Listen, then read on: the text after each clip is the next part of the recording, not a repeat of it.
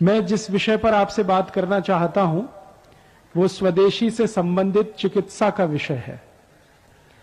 हमारे अपने जीवन में विभिन्न तरह की जो बीमारियां आती हैं, जो रोग आते हैं, इन रोगों को ठीक करने के लिए हमारे स्वयं पाक घर में बहुत सारी औषधियां हैं जो संपूर्ण स्वदेशी हैं, निरापद हैं, उनका कोई साइड इफेक्ट्स नहीं है और बहुत सस्ती है। ऐसी कुछ स्वदेशी औषधियों के बारे में मैं आपको माहिती देने के लिए आया हूं। आपके पास अगर कागज और पेन हो तो आप जरूर निकाल लें और ये माहिती को लिख लें, क्योंकि ये जीवन पर्यंत आपके काम आएगी। मैं जो माहिती देने जा रहा हूं आपको, वो भारत देश की आयुर्वेद चिकित्सा की जो पद्धत है, हजारों वर्ष पुरानी, उस आयुर्वेदिक चिकित्सा पद्धत के जो बड़े विशेषज्ञ रहे हैं, उनके द्वारा जो शोध की गई है, रिसर्च की गई है, अनुसंधान किया गया है, ऐसी माहिती मैं देने वाला हूं।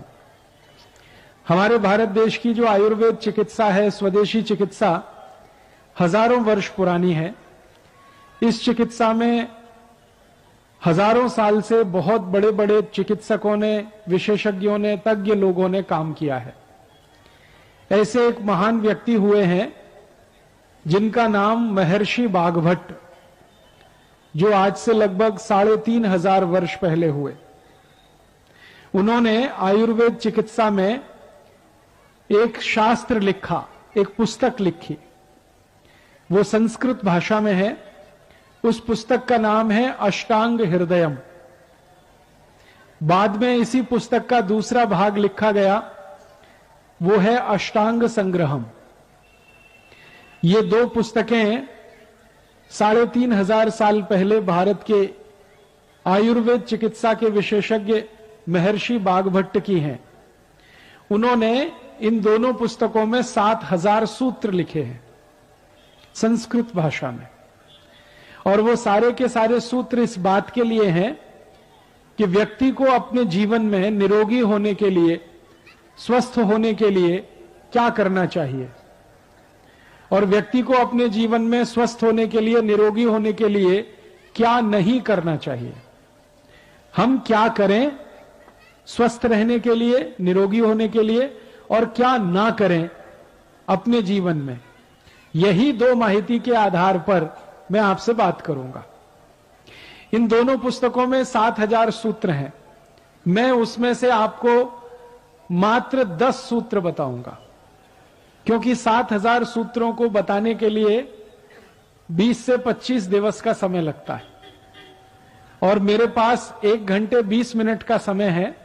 इसमें मैं लगभग 10 सूत्र आपको बताऊंगा, और ये सारे के सारे सूत्र जिनको मैं आपसे बताने जा रहा हूं, मैंने स्वयं अपने जीवन में उनका पालन किया है और उसका इतना लाभ मुझे हुआ है, और मेरे बहुत सारे सहयोगियों ने उनका पिछले कई वर्षों से पालन किया है, उनको भी बहुत लाभ हुआ है। और पिछले 12-13 वर्षों में मैंने हजारों लोगों को ये सूत्र बताए हैं। भारत के गांव-गांव में जाकर 10,000 से ज्यादा मैंने सभाएं की हैं इस माहिती को फैलाने के लिए, और हिंदुस्तान के लाखों लोगों को इससे बहुत लाभ मिला है। आपको भी मिलेगा, ऐसी मेरी पूरी विश्वास है। जो सूत्र मैं कहने जा रहा हूं वो संस्कृत के हैं, मैं सीधे हिंदी में कहूंगा ताकि समय बचे। और आपसे फिर से विनती है कि अगर कागज और पेन है तो आप जरूर लिख लीजिए, डायरी आपके पास है तो जरूर लिख लीजिए, क्योंकि इनको बताने के लिए दोबारा कौन आएगा मालूम नहीं है।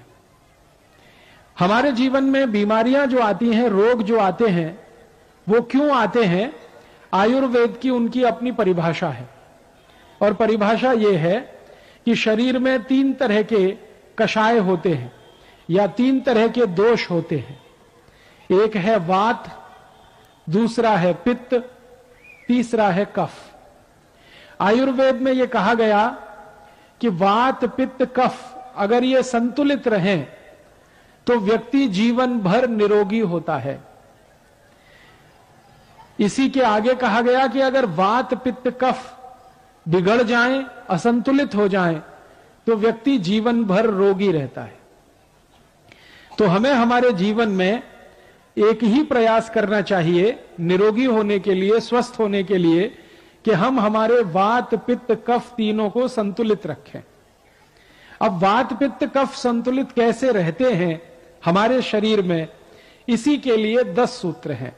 उसमें से सबसे पहला सूत्र है, जीवन भर आपको स्वस्थ रहना है, निरोगी रहना है, वात पित्त कफ को संतुलित रखना है, तो सबसे पहला सूत्र है, भोजन के बाद, खाना खाने के बाद, जेवण नंतर पानी नहीं पीना। यह पहला सूत्र है। भोजन के बाद, खाना खाने के बाद पानी नहीं पीना। जीवन पर्यंत अगर आप निरोगी रहना चाहते हैं तो उसके लिए यह सूत्र है। अब आप कहेंगे ये तो बिल्कुल उल्टी बात है, हम तो सब खाना खाने के बाद, भोजन के बाद पानी ही पीते हैं, लोटे पर लोटा पीते हैं। कई लोग तो भोजन से जास्ती पानी पीते। और आयुर्वेद का सूत्र कहता है जेवण नंतर पानी नहीं पीने का है। क्या कारण है इसका, क्यों नहीं पीने का है? आपको जो मैं समझाना चाहता हूं वो ये कि आपका ये जो पूरा शरीर है, इस शरीर का सबसे महत्वपूर्ण भाग है आपका पोट। अंग्रेजी में हम सब लोग इसे स्टमक कहते हैं। इसके 2 हिस्से हैं, एक स्टमक है, दूसरा एब्डोमेन है। ये पूरा पोट आपके जिंदगी का सबसे महत्वपूर्ण अंग है, शरीर का भी सबसे महत्वपूर्ण अंग है। क्यों? आप जो कुछ भी भोजन करते हैं वो सब कुछ पोट में जाता है। फिर ये भोजन का पाचन होता है, उस पाचन में से रस बनता है, रस में से मांस, मज्जा, रक्त, वीर्य, मल, मूत्र, अस्थि और मेद बनता है। मल और मूत्र शरीर के काम का नहीं है, तो शरीर उसको नित्य दिन छोड़ देता है। लेकिन मांस, मज्जा, रक्त, वीर्य आदि आदि जो चीजें बनती हैं वो बहुत काम की हैं, शरीर उनको धारण कर लेता है। तो हम जो भी खाते हैं, जो भी जीवन है, वो हमारे शरीर की ऊर्जा का सबसे महत्वपूर्ण अंग है। आयुर्वेद ये कहता है कि आपने जो कुछ भी खाया, इसका पाचन होना, इसका हजम होना, इसका डाइजेशन होना बहुत जरूरी है। अब डाइजेशन के लिए, पाचन के लिए क्या होता है कि आप जो भी खाना खाते हैं वो पोट में एक छोटे से स्थान में इकट्ठा होता है, एकत्रित होता है। उस स्थान को कहते हैं जठर। ये जठर शब्द संस्कृत का है, मराठी में भी है, हिंदी में भी है। ये जठर कहां होता है? हमारे पोट का जो केंद्र है, जिसको नाभि कहते हैं, उसके ठीक दावे बाजू में, लेफ्ट साइड में, वहां पर यह जठर होता है। सारा भोजन इसी जठर में आता है। फिर जब भोजन वहां आ जाता है तो तुरंत उसमें अग्नि प्रदीप्त होती है, आग जलती है। और यह अग्नि ऐसी ही होती है जैसे हमारे स्वयंपाक घर में रसोई गैस जो है, एलपीजी गैस जिसको आप कहते हैं, उसमें अग्नि जलती है, वैसे ही आपके जठर में भी अग्नि जलती है। अब क्या हुआ कि आपने भोजन किया, सारा भोजन पोट में, जठर में इकट्ठा हुआ, अग्नि जलना शुरू हुआ, अग्नि ने भोजन का पाचन शुरू किया, उसी समय आपने गटागट गटागट पानी पी लिया। अब क्या होगा? अग्नि और पानी का मेल नहीं है, अग्नि और पानी की दोस्ती नहीं है, अग्नि और पानी की दुश्मनी है। अगर आपने खाना खाने के बाद तुरंत पानी पी लिया तो जो पोट में अग्नि जल रही थी खाने को पाचन करने के लिए, वो बुझ जाएगी, बंद हो जाएगी। और अग्नि अगर बुझ गई और बंद हो गई तो खाने के पाचन की क्रिया समाप्त हो जाएगी, रुक जाएगी। और अगर यह क्रिया रुक गई तो भोजन का रस नहीं बनेगा, और भोजन का रस नहीं बनेगा तो फिर भोजन सड़ेगा, और वो सड़ा हुआ भोजन आपके शरीर में कम से कम 103 रोग पैदा करेगा। और वो 103 रोग क्या हैं, नाम से बताता हूं। बहुत लोग ये कहते हैं हमारे पोट में जलन होती है, गैस बनती है, एसिडिटी। जान लीजिए कि जिनको भोजन पचता नहीं है, हजम नहीं होता है, उन्हीं को एसिडिटी होती है भोजन के सड़ने पर। ऐसे ही एक रोग है हाइपर एसिडिटी, एसिडिटी से भी आगे का। फिर अल्सर है, फिर पेप्टिक अल्सर है, और इसी क्रम में आगे आगे बढ़ते जाएं तो आखिरी रोग है वो कैंसर है। कैंसर के बाद कुछ नहीं होता, क्योंकि उसके बाद मृत्यु ही होती है। अब आप जरा सोचिए, आपने भोजन किया और भोजन के तुरंत बाद पानी पी लिया और वो भोजन सड़ गया, उसके पचने की क्रिया नहीं हुई, रस नहीं बना, सड़ गया, गैस बनना शुरू हुआ, वहां से बीमारियां शुरू होंगी और कैंसर तक चली जाएंगी। फिर आप अपने जीवन के अंतिम दिन में अफसोस करेंगे कि आपने कोई बड़ी भारी भूल की। और वो भूल क्या है? भोजन के बाद आपने तुरंत पानी पिया, वही भूल है। इसलिए आप आज से अपने जीवन में इस नियम का वो संकल्प के रूप में ले लीजिए, खाना खाने के बाद पानी नहीं पीना, क्योंकि अग्नि जल रही है, वो खाने को पचाने के लिए बहुत जरूरी है। अब आप ये पूछ सकते हैं मुझसे कि अच्छा ठीक है, बात समझ में आ गई, खाना खाने के बाद पानी नहीं पीना। फिर आप पूछेंगे कभी पीना, कितनी देर बाद पीना? तो उसका उत्तर यह है कि आपके पोट में खाने के पचने की जो क्रिया है उसके 3 चरण होते हैं। पहला चरण, पहला स्टेज है, जो कुछ भी आपने खाया, सॉलिड और लिक्विड, ठोस और द्रव, ये एक दूसरे में मिलता है। यह क्रिया लगभग 1 से 1.5 घंटे तक चलती है। फिर उसके बाद क्या होता है? जो कुछ एक दूसरे में मिल गया वो खिचड़ी जैसा बन जाता है और उसमें से रस बनना शुरू होता है। जब किसी चीज में रस बनना शुरू होता है तभी पानी की जरूरत पड़ती है। माने खाना खाने के 1 से 1.5 घंटे के बाद पानी पिए। 1 तास नंतर पानी पीने का है। आप बोलेंगे बात तो समझ में आ गई, 1 तास नंतर पानी पीने का है, तो 1 तास तक और कुछ पी सकते हैं क्या? पानी तो 1 तास नंतर पीने का, ठीक है, समझ में आया। और कुछ पी सकते हैं क्या? तो आयुर्वेद में माहिती दी गई है कि जेवण नंतर तत्काल अगर पीना चाहते हैं तो ताक पिए, तुरंत। भोजन के तुरंत बाद अगर पीना चाहते हैं तो ताक पिए। भोजन के तुरंत बाद अगर पीना चाहते हैं तो दूध पिए। भोजन के तुरंत बाद अगर पीना चाहते हैं तो जूस पिए, फलों के रस पिए। भोजन के तुरंत बाद पानी नहीं पिए, जूस पिए, ताक पिए, दूध पिए, पानी नहीं पिए। अब आप फिर पूछेंगे ये क्या चक्कर है? पानी तो नहीं पिए, ताक पी सकते हैं, ताक में भी तो पानी ही है। पानी नहीं पी सकते लेकिन जूस पी सकते हैं, जूस में तो पानी ही पानी है। पानी नहीं पी सकते लेकिन दूध पी सकते हैं, दूध में आप जानते हैं 90% से जास्ती पानी है। तो ये क्या चक्कर है? आयुर्वेद का एक ज्ञान कहता है जीवन नंतर पानी नहीं पीने का, और आयुर्वेद का ही ज्ञान कहता है जीवन नंतर ताक पीने की, दूध पीने का, जूस पीने का, पानी नहीं पीने का। जबकि जूस में भी पानी है, ताक में भी पानी है, दूध में तो पानी ही पानी है। ये कुछ चक्कर है, ये जरा समझना है ये चक्कर क्या है। मैं आपको जो जानकारी देना चाहता हूं वो ये कि ये जो पानी होता है ना, ये अगर अकेला है, किसी चीज में मिलाया नहीं है इसको, तो ये पानी के अपने गुण उसमें धारण किए हुए रहता है। पानी के कुछ गुण हैं, जैसे पानी रंगहीन है, पानी गंधहीन है, पानी स्वादहीन है, पानी शीतल है, पानी शामक है। ऐसे पानी के बहुत सारे गुण हैं। लेकिन ये सारे गुण पानी के तभी तक रहते हैं जब तक पानी अकेला होता है। जैसे ही पानी को किसी वस्तु में मिला दिया जाता है, पानी के सारे गुण खत्म हो जाते हैं। जिस वस्तु में पानी मिल गया उसी के सारे गुण उसमें आ जाते हैं। आपने हिंदी फिल्म का एक गाना सुना, पानी रे पानी तेरा रंग कैसा? फिर उसी गाने में कहा गया जिसमें मिलाओ उस जैसा। माने पानी का गुण है कि जिसमें मिला दिया वैसे ही हो जाएगा। अब ताक में पानी है तो वो पानी नहीं है, वो दही है, क्योंकि ताक बनाई है दही में पानी मिलाकर। तो दही के सारे गुण पानी में आ जाएंगे। इसी तरह से दूध है, दूध में पानी मिला दिया है तो सारे गुण पानी में दूध के आ जाएंगे।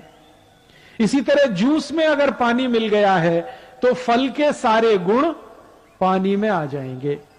इसलिए जूस पीने का, ताक पीने का, दूध पीने का नियम बताया गया, पानी नहीं पीना है। बात समझ में आ गई? आप कर सकते हैं, आज से ही इसको अपने जीवन में शुरू करिए। अभी इसमें एक और प्रश्न आप पूछेंगे। प्रश्न ये आएगा कि अच्छा ठीक है, जेवण नंतर तत्काल ताक पीने का, जेवण नंतर तत्काल दूध पीने का, जूस पीने का, पानी 1 तास नंतर पीने का। तो आप पूछेंगे जेवण पूर्व? नंतर तो समझ में आ गया, पूर्व? जेवण पूर्व पानी पी सकते हैं क्या? तो आयुर्वेद में उसके लिए कहा गया हां पी सकते हैं। जेवण पूर्व भरपूर पानी पी सकते हैं, लेकिन उसका समय निर्धारित है।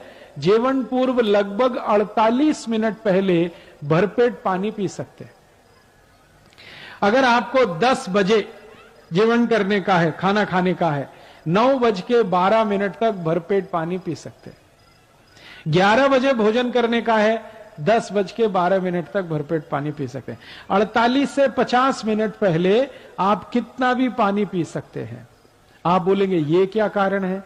कारण ऐसा है कि जब आप पानी पीना शुरू करते हैं तो पानी आपके मुंह में होता हुआ, गले से उतरता हुआ, शरीर के अनेक अनेक अंगों में घूमता हुआ अंत में मूत्र पिंड में जाकर आता है।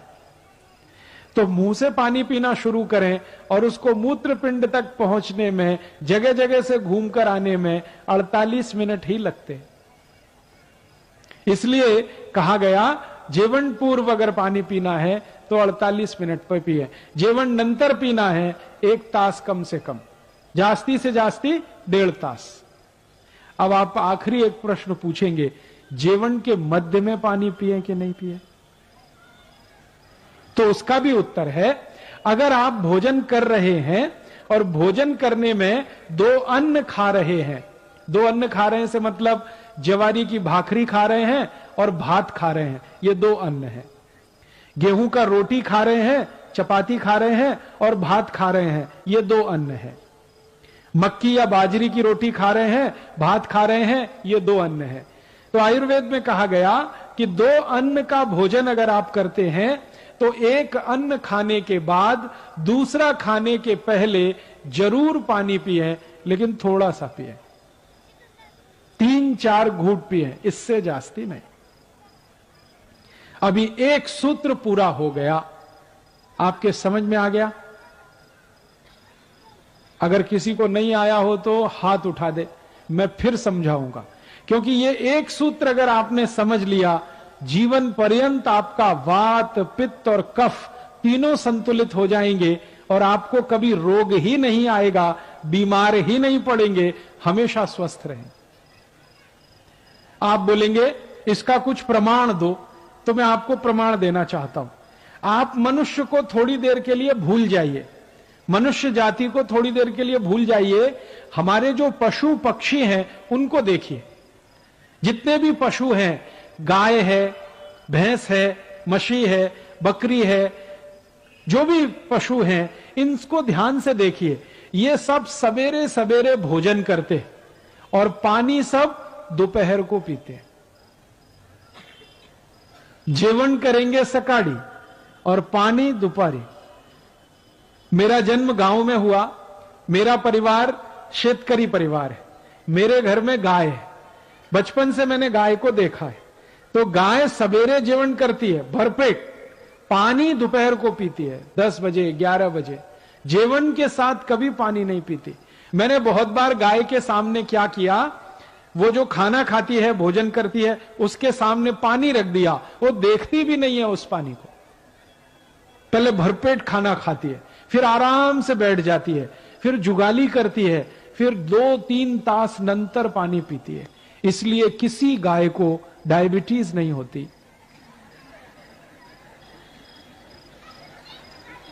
कोई भी मछली को कैंसर नहीं होता, अर्थराइटिस नहीं होता। पक्षियों को भी आप देखिए, पक्षी होते हैं ना, सभी पक्षी सुबह सुबह खाना खाते हैं, दाना चुगने के लिए आते हैं, और पानी दोपहर को ही पीते हैं सबके सब। मैंने आज तक किसी पक्षी को ओवरवेट नहीं देखा, लट्ठपना किसी पक्षी में नहीं है, सब एकदम स्लिम और ट्रिम है, क्योंकि वो आयुर्वेद के नियम का पालन करते हैं। अब आप जरा सोचिए कि पशु और पक्षी जो आयुर्वेद को जानते हैं, जबकि उनको कोई सिखाने वाला गुरु नहीं है, उनका कोई कॉलेज नहीं है, उनका कोई प्रोफेसर नहीं है, फिर भी उनको आयुर्वेद का यह ज्ञान है। और मनुष्य जिसको सिखाने वाले इतने प्रोफेसर हैं, इतने गुरु हैं, इतने कॉलेजेस हैं मेडिकल और ये सब, वो मनुष्य को यह ज्ञान ही नहीं है। इसका अर्थ क्या हुआ? पशु पक्षी मनुष्य से जास्ती ज्ञानी है। तो मेरी आपसे विनती है कि आज के बाद आप किसी पशु पक्षी को गाली नहीं देना, क्योंकि वो आपसे जास्ती ज्ञानी है। कई बार हम गाली देते हैं ना, तू जानवर है, गाली ऐसे देना चाहिए, तू आदमी है, मनुष्य है, कुछ समझता नहीं है, कुछ अक्ल नहीं है। हमसे जास्ती अक्ल पशु पक्षियों को है। तो इस अक्ल का अपने जीवन में उपयोग करें। अक्ल क्या है? जेवण नंतर पानी नहीं पीने का, 1 तास नंतर या 1.5 तास नंतर पीने का। तत्काल कुछ पीने का है तो ताक या दूध या जूस। अब ये पूछ सकते हैं आप, ताक कभी पीने का, दूध कभी पीने का? ताक हमेशा दोपहर को पीना, दूध हमेशा रात्रि को पीना, और जूस हमेशा सकाळी। सकाळी जेवण नंतर ज्यूस पीने का, दुपारी जेवण नंतर ताक पीने की, रात्रि जेवण नंतर दूध पीने का। आप बोलेंगे ये क्या चक्कर है? सकाळी जूस, दोपहरी ताक और रात्रि को दूध। बात ऐसी है, हम जो भी कुछ पीते और खाते हैं, हमारे पोट में उसको हजम करने के लिए, पाचन करने के लिए कुछ रस की जरूरत पड़ती है, जिसको अंग्रेजी भाषा में एंजाइम्स कहते हैं। वो रस हमारे पोट में समय समय पर उत्पन्न होते हैं। ताक को पचाने के लिए, दही को पचाने के लिए जो रस चाहिए, वो दोपहर को ही पोट में आता है ज्यादा। दूध को पचाने के लिए जो पाचक रस की जरूरत है, वो सूर्यास्त के बाद ही पोट में पैदा होता है ज्यादा। और जूस को पचाने के लिए जिस पाचक रस की जरूरत है, वो सकाळी सबसे जास्ती होता है। इसलिए नियम बना दिया गया, सकाळी जेवण नंतर जूस, दुपारी जेवण नंतर ताक, रात्रि जेवण नंतर दूध। समझ गए? अब आप ये, बहुत सारी आई और ताई यहां जो बैठी है वो ये कहेगी, हम तो हमारे बच्चों को सुबह सुबह दूध पिला के स्कूल भेजते हैं।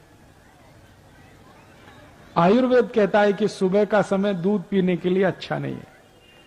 सबसे अच्छा समय दूध पीने का है वो शाम को है। तो आप क्या पिलाएं सुबह सुबह बच्चों को? जूस पिलाइए, संतरे का रस पिलाइए, मौसमी का पिलाइए, द्राक्षी का पिलाइए, टमाटर का पिलाइए, गाजर का पिलाइए। कुछ नहीं है तो नींबू की शिकंजी ही पिला दीजिए, सबसे सस्ता।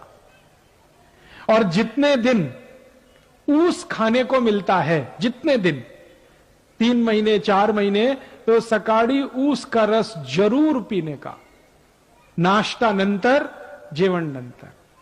आप बोलेंगे इसमें क्या है? ये जो ऊस का रस है ये अद्भुत है। इसकी सबसे बड़ी विशेषता है कि इसमें भरपूर मात्रा में कैल्शियम है।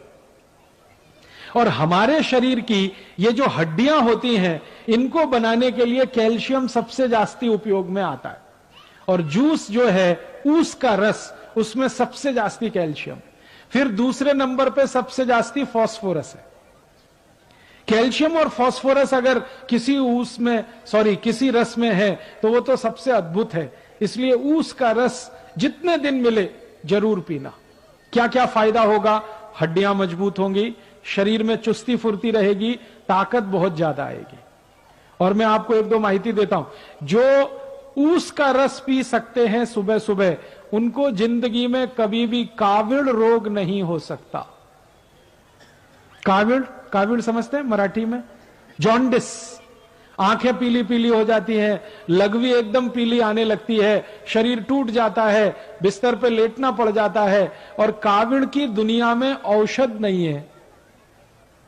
एलोपैथी के किसी भी डॉक्टर से पूछेंगे, वो कहेगा कावड़ की औषध नहीं है, ये तो अपने आप ही ठीक होता है। डॉक्टर कहेगा आराम करो 20 दिवस, 25 दिवस, 30 दिवस, लेकिन इस कावड़ को होने नहीं देना, इसकी सबसे बड़ी ताकत है ऊस के रस में। तो ऊस का रस पिया सुबह सुबह, बहुत अच्छा होता है। और मैं इसलिए भी कह रहा हूं ऊस का रस पीने को कि सारे के सारे भारतीय नागरिक रोज सकाळी 1 गिलास ऊस का रस पिए, तो भारत के जो शेतकरी ऊस उत्पन्न करते हैं वो सब श्रीमंत और कोटिपति हो जाएं। आप बोलेंगे वो कैसे? अभी क्या होता है, जो शेतकरी ऊस उत्पन्न करते हैं वो सारा ऊस साकर कारखाने में जाता है। साकर कारखाना चलाने वाला तो कोटिपति और श्रीमंत हो जाता है, शेतकरी वहीं का वहीं रोडपति रह जाता है। मैंने संपूर्ण भारत का 3 बार प्रवास किया है, उत्तर, दक्षिण, पूरब, पश्चिम। जो भी शेतकरी ऊस उत्पन्न करते हैं सब गरीब हैं, रोडपति हैं, लेकिन उनके ऊस को साखर बनाने वाले जो श्रीमंत हैं और कोटिपति हैं, कारखाने के मालिक, वो सब उद्योगपति हैं। ये चक्कर क्या है? चक्कर बड़ा सीधा है। ऊस का भाव बहुत कम है, साखर का भाव बहुत जास्ती है। ऊस पैदा करने वाले शेतकरी को भाव कम ही है, लेकिन साखर बनाने वाले श्रीमंत को भाव सबसे जास्ती है। तो मेरा तो यह कहना है कि ऊस में से साखर बने, एक भी शेतकरी श्रीमंत नहीं हो सकता। अगर इसी ऊस का रस बिकने लगे और सारे भारतवासी पीने लगे, तो ऊस उत्पन्न करने वाला हर एक शेतकरी श्रीमंत होता है। और एक फायदा होता है, अगर ऊस का रस पिए ना, तो नपुंसकता की बीमारी कभी नहीं आती। मैं आपको एक छोटी सी माहिती देता हूं। अगर आपके घर में ऐसे कोई पति पत्नी हैं जिनका विवाह हो गया लेकिन बच्चे उत्पन्न नहीं हो रहे, कमी किसी को भी हो सकती है, स्त्री में भी हो सकती है, पुरुष में भी हो सकती है, ऐसे किसी भी पति पत्नी को कहिए कि अगर बच्चा चाहिए तो ऊस का रस पियो। और क्या डालकर पियो? चूना डालकर पियो। चूना देखा है पान में जो लगाते हैं, वो चूना 1 ग्राम 1 गिलास ऊस के रस में मिला के 3-4 महीने से 5-6 महीने तक कोई भी पी ले, बड़े आराम से बच्चा हो जाएगा।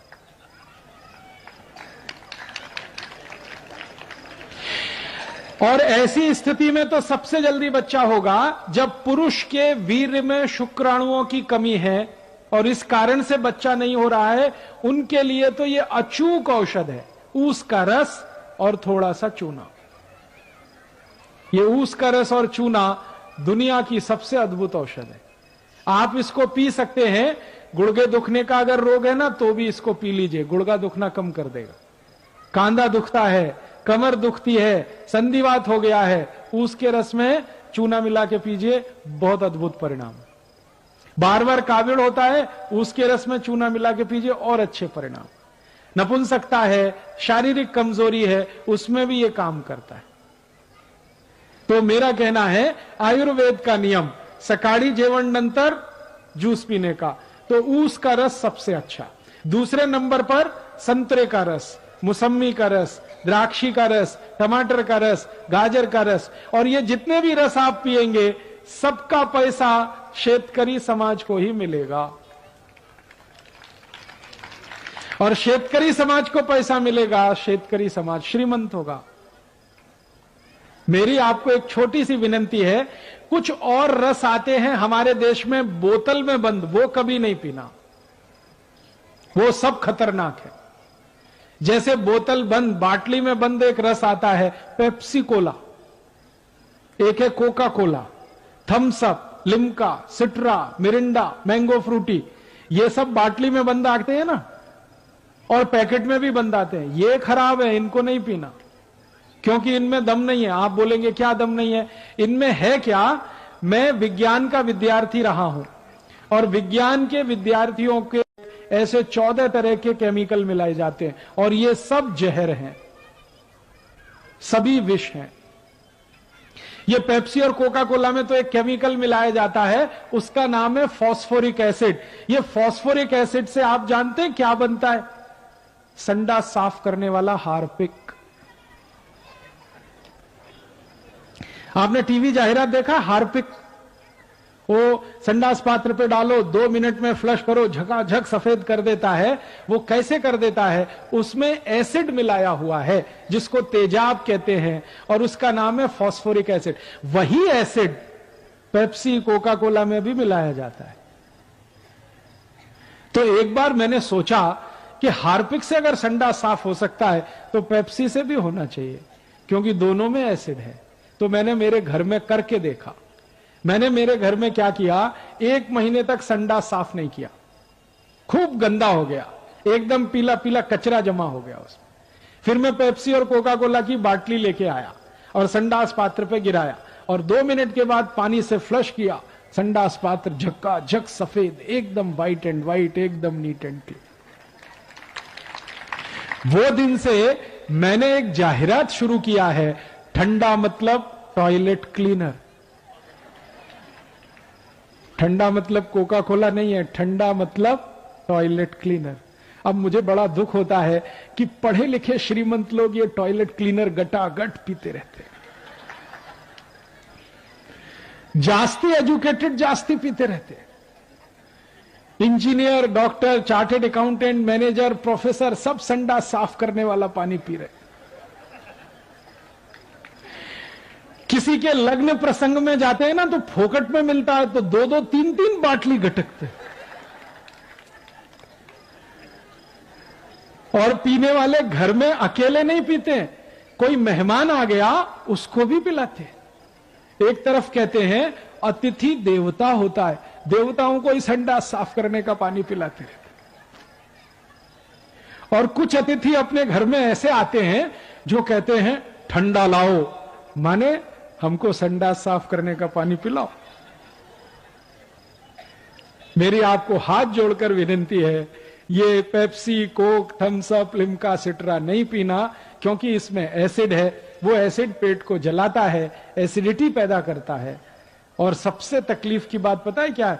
कि आप बाटली खरीदते हैं, वो 10-12 रुपए की आती है, कारखाने में सिर्फ 70 पैसे की बनती है, वो 12 रुपए में आप खरीदते हैं। और ये पेप्सी कोका कोला की बाटली विदेशी कंपनी की है, अमेरिका की कंपनी की है, वो भारत की नहीं है। तो आप अगर 12 रुपए की बाटली खरीदें, 70 पैसा खर्चा होता है, 11 रुपए 30 पैसे मुनाफा होता है परदेशी कंपनी को। उसमें से वो 1 रुपए 1.5 रुपए टैक्स का देके, फिर दुकानदार को 1-8 रुपए देके एक बाटली पर लगभग 8 से 8.5 रुपए कमा के अमेरिका ले जाते हैं। अगर एक बाटली पेप्सी कोला किसी ने पिया, 8 रुपए भारत देश का अमेरिका को दिया। 2 बाटली पिया 16 रुपए दिया, 3 बाटली पिया 24 रुपए दिया। दरवर्षी भारत में पेप्सी कोका कोला की 700 कोटी बाटली बिकती है, और दरवर्षी भारत देश का 5,700 कोटी रुपए अमेरिका जाता है। 5,700 कोटी रुपए इतनी बड़ी रकम है कि अगर इससे सोना खरीद लिया जाए तो बीड़ जिले के एक गांव की सड़क सोने से बन सकती है। इतनी बड़ी रकम हम अमेरिका को देते हैं, क्या पीकर? संडास साफ करने वाला पानी, Pepsi Cola, Coca Cola, Thums up, Limca, Citra. तो मेरी आपको विनती है, नहीं पीना ये पेप्सी कोक। मैंने मेरे जीवन में यह देखा है कि जो पढ़े लिखे एजुकेटेड है ना, वो ही पीते हैं पेप्सी कोका कोला। जो अनएजुकेटेड है, कभी पढ़ने के लिए नहीं गए, वो उसका ही रस पीते। इसका मतलब क्या है? अनएजुकेटेड है इंटेलिजेंट है, और एजुकेटेड है मोस्ट इडियट है। संडास साफ करने का पानी पी रहे हैं, दूसरों को भी पिला रहे हैं, देश का पैसा विदेश में भेज रहे हैं, और शेतकरी समाज को गरीब बना रहे हैं। तो आयुर्वेद का नियम जो मैंने बता दिया उसको ध्यान रखना है। सकाळी जेवण नंतर ज्यूस पीना, दुपारी जेवण नंतर ताक पीना, रात्रि जेवण नंतर दूध पीना। जूस पीना तो सबसे अच्छा ऊस का, 2 नंबर पे संतरे, मौसमी, फिर उसके बाद गाजर, टमाटर, फिर जो भी फल मिले उसका। अभी दूसरा नियम, आयुर्वेद का दूसरा नियम, अष्टांग हृदयम का दूसरा नियम, पानी कैसे पीना। पहला नियम हो गया जेवण नंतर 1 तास के बाद पानी पीना। जेवण पूर्व पीना है तो 48 से 50 मिनट पहले पीना। जेवण मध्य पीना है तो 2 अन्न का भोजन अगर कर रहे हैं तो 1 अन्न खाने के बाद दूसरा खाने के पहले थोड़ा सा पीना। जेवण नंतर तत्काल कुछ पीना है तो दोपहरी ताक पीना है, सकाळी जूस पीना है, रात्रि को दूध पीना। अब दूसरा नियम मैं बताने जा रहा हूं वो ये कि पानी कैसे पीना। तो आयुर्वेद में कहा गया है पानी को घूट घूट भर के पीना, सिप सिप करके पीना। जैसे चाय पीते हैं ऐसे पानी पीना, जैसे कॉफी पीते हैं ऐसे पानी पीना। 1 घूट लिया, फिर दूसरा लिया, फिर तीसरा लिया, ऐसे करके पीना। आप बोलेंगे क्यों? कारण बताओ। कारण उसका यह है कि हमारा जो मुंह है इसमें सतत एक पदार्थ बनता है जिसको लार कहते हैं। अंग्रेजी में हम उसे स्लाइवा कहते हैं, सैलिवा कहते हैं, मराठी और हिंदी में लार कहते हैं। ये जो लार पदार्थ है ये आपके शरीर का बहुत महत्वपूर्ण पदार्थ है। क्या करता है ये पदार्थ पोट में अंदर जाता है तभी भोजन का पाचन शुरू होता है। इसका अंदर जाना बहुत जरूरी है और ये अंदर जाने के लिए सबसे आसान है, पानी के साथ ये जाएगा। और ये लार जो है ना सतत बनता है, हर सेकंड बनता है। आप सो जाते हैं फिर भी ये बनता रहता है। तो आप अगर पानी घूट घूट पिएंगे, थोड़ा थोड़ा करके पिएंगे तो बार बार लार पानी के साथ मिलके अंदर जाएगा। और ये लार जो है क्षारपण होता है, क्षारीय होता है, एल्कलाइन होता है। और हमारे पोट में जो है ना अम्ल बनता है, एसिड बनता है। तो आयुर्वेद शास्त्र कहता है कि पोट में एसिड बनता है, मुंह में क्षार बनता है। क्षार और अम्ल को मिलाते रहो तो दोनों एक दूसरे को निष्प्रभावी करते हैं, न्यूट्रल करते हैं। और जिनके पोट में क्षार और अम्ल दोनों मिले, लार और अम्ल मिले, वो जिंदगी में बीमार पड़ ही नहीं सकते। तो बार बार लार पोट में जाए इसके लिए पानी घूट घूट पीना। पानी पीने का तो सबसे अच्छा तरीका है थोड़ा पानी लेना, मुंह में भरना, ऐसे ऐसे करके फिर पीना, सब लार मिलके अंदर जाए, बहुत फायदा होगा। ऐसे पानी पीना थोड़ा थोड़ा करके। अभी हम गटागट पानी पीते हैं, लोटे पे लोटा, एक ऐसे ऐसे पूरा उतार, बहुत गलत तरीका है वो। अब फिर मैं आपको एक प्रमाण देना चाहता हूं। सभी पक्षी और पशुओं को देखिए वो पानी कैसे पीते हैं। किसी पक्षी को देखिए 1 थेंब पानी का उठाएगा, फिर ऐसे ऐसे मुंह करेगा, फिर पिएगी। सभी पक्षी ऐसे 1-1 थेंब पानी पीते। कुत्ते को देखिए पानी कैसे पीता, चाट चाट के। शेर है, चीता है, कुत्ता है, ये बिल्ली है, सब पानी को चाट के पीते हैं। क्यों? आयुर्वेद का नियम उनको माहिती है। हां, जबकि वो कॉलेज में नहीं पढ़ते, स्कूल नहीं जाते, कोई उनका मेडिकल प्रोफेसर नहीं है, फिर भी माहिती है। कहां से आया? प्रकृति का ज्ञान उनको मिला है। इसलिए मैं बार बार कहता हूं पशु पक्षी जानवर मनुष्य से ज्यादा होशियार हैं। मनुष्य अपने पे घमंड ना करे कि मुझे बहुत ज्ञान है। आपसे जास्ती ज्ञान पशु पक्षी को है, उनसे सीखने की जरूरत है। तो आप भी पानी को थोड़ा थोड़ा पीने की आदत डालें। जैसे चाय पीते हैं वैसे पानी पीने की आदत। आप बोलेंगे इसका फायदा क्या होगा? सबसे पहला फायदा बताता हूं। जिनको यहां पैर की एड़ी में दर्द होता है, घूट घूट पानी पीना शुरू करेंगे, ये दर्द धीरे धीरे खत्म हो जाएगा। जिनके शरीर में लठपना आ गया, मोटापा आ गया, घूट घूट पानी पिएंगे, लठपना अपने आप कम होता जाएगा, औषध लेने की जरूरत ही नहीं है। जिनको एसिडिटी है, हाइपर एसिडिटी है, पोट में जलन होती है, गैस बनती है, घूट घूट पानी पिएंगे, गैस बनना बंद हो जाएगी, एसिडिटी खत्म हो जाएगी। बहुत लाभ है इसके। आप इसको आज से ही शुरू कर देना, पानी घूट घूट पीना। ये 2 नियम हो गए। अभी तीसरा नियम है सकाळी झोप नंतर तत्काल पानी पीना। सुबह सुबह जब आप सोकर उठते हैं ना, सबसे पहले पानी पीना। मुंह नहीं धोना, दांत साफ नहीं करना, पहले पानी पीना। आप बोलेंगे क्यों? रात्रि को आप सो गए, मुंह में जितनी लार बनी, उठते ही पानी पी लेंगे तो सब अंदर जाएगी। और सुबह सुबह की ये जो लार होती है ना, ये बहुत कीमती है। इसकी कीमत पता है कितनी है? 5 मिलीग्राम सुबह के मुंह की लार 16,000 रुपए में बिकती है। 5 मिलीग्राम। ये जो लार है ना, इसका आजकल शैशे बिकता है। शैशे समझते हैं? वो शैंपू का जैसे होता है, छोटा सा पैकेट। 5 मिलीग्राम लार का शैशे 16,000 रुपए का है। इतनी कीमत है। अब आप क्या करते हैं? इस कीमती लार को सुबह उठते ही थूकते हैं, ब्रश घिस घिस के, पेस्ट कर करके थूकते हैं। इतनी कीमती चीज 16,000 रुपए की जो 5 ग्राम आती है, उसको फोकट में थूक रहे हैं अपने वॉश बेसिन। ये थूकने के लिए नहीं है, ये अंदर ले जाने के लिए। और ये सुबह सुबह की लार है ना, मैंने इसके बहुत परीक्षण किए हैं। ये औषधि है, दवा है। किस किस रोग में दवा है? अगर किसी को आंखों के नीचे काला काला हो गया, जिसको डार्क सर्कल कहते हैं, सुबह मुंह की लार निकाल के आंखों के नीचे लगाना शुरू कर दो, 3-4 महीने में सब साफ हो जाएगा।